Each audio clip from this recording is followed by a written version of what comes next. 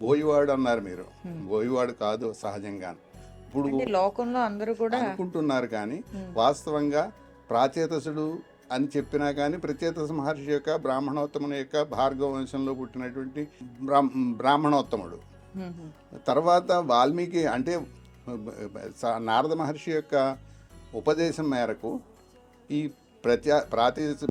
రుక్షుడు అనేటువంటి వాడు రామనామాన్ని జపిస్తూ అలా ఉండిపోయినందు మూలాన్ని ఆయన చుట్టూ వాల్మీకములు ఏర్పడ్డాయి.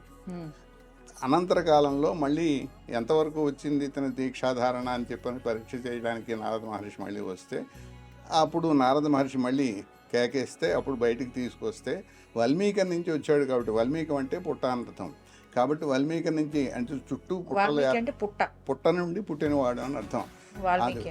వాల్మీకం అంటే పుట్ట, వాల్మీకి అంటే వాల్మీకం నుంచి పుట్టినవాడు కాబట్టి వాల్మీకి అయ్యాడు. అంటే వాల్మీకి అయిన తర్వాత ఆయన మహర్షి అయ్యాడు. వాల్మీకి అవ్వక మృతు అతను బ్రాహ్మణోత్తముని యొక్క కుమారుడు. బోయవాడి కుమారుడు అయినప్పటికీ కూడా ఈయన దొంగతనాలు ఇవన్నీ చేశారు. అవును, చేశాడు. చేస్తే మనం అతన్ని బోయవాడు అని అనొచ్చా? ఇప్పుడు లోకంలో వర్ణ వ్యవస్థ వేరు, కుల వ్యవస్థ వేరు. రెండింటికి కలగాపులగం చేసి ఈ రోజుల్లో మాట్లాడుతున్నారు అందరూ.